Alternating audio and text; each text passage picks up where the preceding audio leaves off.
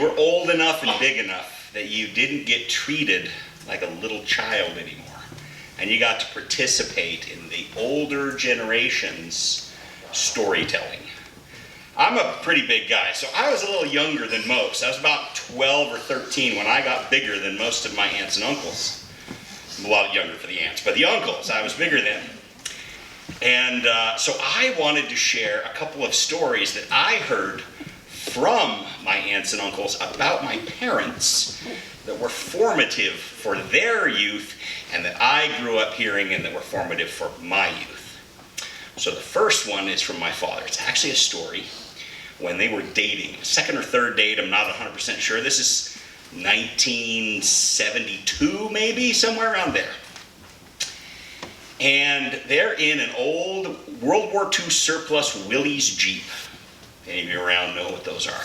Real simple little Jeeps, not the big fancy ones we have now. About 46 horsepower, I think. My motorcycle has twice as much horsepower as these Jeeps. And they're way up in the mountains. They're out, there's 4 people in this little Jeep, and they're clear up in the mountains. And suddenly, the Jeep just stops. Nothing. Ignition does it. Turn the key off and on, doesn't do a thing. Go check all the connections are good. So my dad's out there and he's opening up the hood and he's looking at everything. He's trying to figure this out. It's the sun's starting to go down. It's getting a little bit cold. It's going to get cold up in those mountains, and they are miles from the highway. And this is 1972, so there's not as much stuff up in that direction. And so he's looking, and finally he gets this big, we'll call it a light switch instead of a light bulb moment, gets this light bulb moment, and he goes back into his bag, and he pulls out a pack of red vines. Now, how many of you remember using red vines as a straw for your drink, right? You all did that. Well, so he finds that in between the firewall that separates the engine from the passenger compartment, there's just a hole, and there's a couple of wires running through that hole. And the insulation had worn off due to all the rattling and all the movement. And again, these were not designed to last a long time. And it just ground through the insulation, and it was now grounding against the metal, which meant no power was getting past the switch.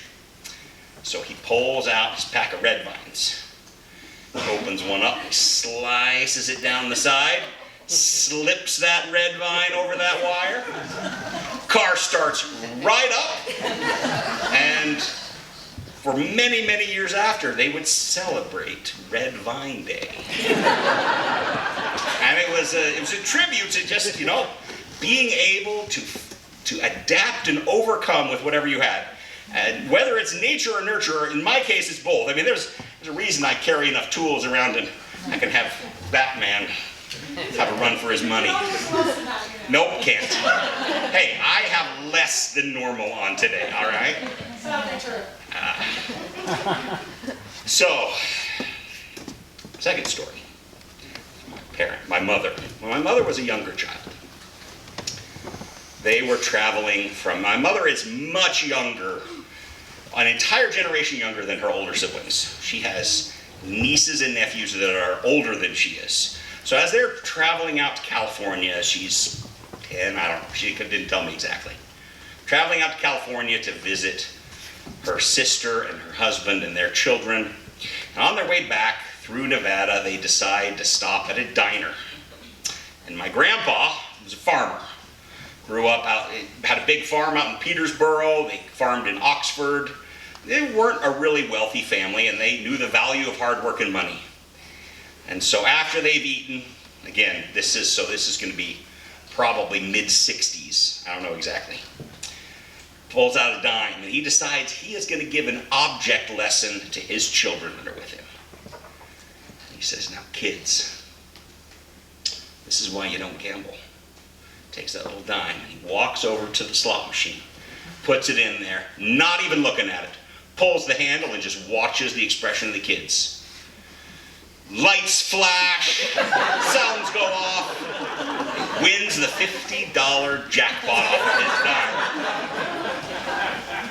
dime. Now, That was probably not the object lesson he was going for. However, in his defense, I don't think my mother has ever gambled in her life. So it must have worked. This being said, the reason I share these stories is those generational ties that bind children to parents, to grandparents, the family. That's what brings joy to me, is as we get together 4 or 5 generations at a time and share those stories and build those bindings that allow us to have that relationship.